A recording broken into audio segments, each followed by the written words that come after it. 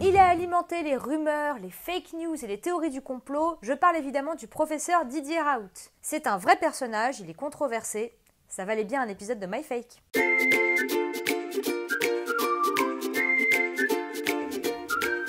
Son nom vous dit forcément quelque chose, et pour cause. Pendant la crise du Covid, on l'a vu dans les médias, sur les réseaux sociaux et sur sa chaîne YouTube.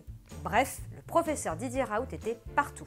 Et encore aujourd'hui, on continue à parler de lui. Le professeur Raoult, c'est un infectiologue et un microbiologiste mondialement reconnu. Il travaille notamment sur les maladies infectieuses tropicales. Mais fin février, il se retrouve sous le feu des projecteurs. Il annonce, je cite, la fin de la partie pour le coronavirus. Et oui, selon les résultats de sa propre étude clinique, l'hydroxychloroquine serait efficace contre le virus. Petit rappel, l'hydroxychloroquine c'est un médicament utilisé contre le paludisme, les rhumatismes ou encore les lupus. Tout médicament peut exposer à des risques, parlez-en à votre pharmacien. Et là, c'est l'emballement médiatique. Le professeur Raoult déchaîne les passions. On le déteste ou on l'adore. Mais surtout, il attire l'attention des complotistes plus ou moins assumés.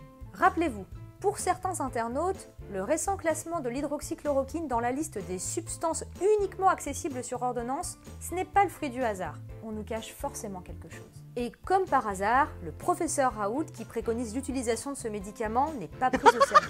Pour les adeptes de la théorie du complot, ça ne fait aucun doute. Il dérange parce qu'il a probablement raison. Et ça ne s'arrête pas là. En juin dernier, Didier Raoult est auditionné par les députés de l'Assemblée nationale dans le cadre d'une commission d'enquête sur la crise du Covid. Sans surprise, il fait le show, parle sans filtre, mais pour certains, il parle surtout vrai.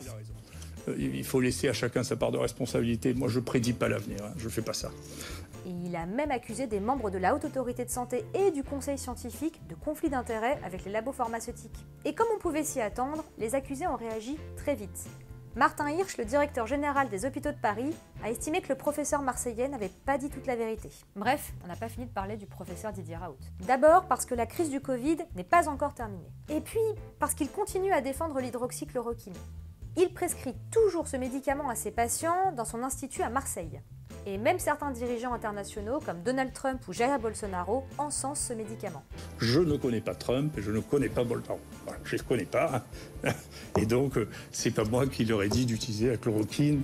Restez donc à l'affût. Même s'il fait beau et que vous êtes à la plage, les infox continuent à circuler sur Internet et les réseaux sociaux. Alors ne perdez pas vos réflexes et continuez à vérifier systématiquement vos sources. Et continuez à consulter régulièrement la rubrique Fake Off de 20 minutes.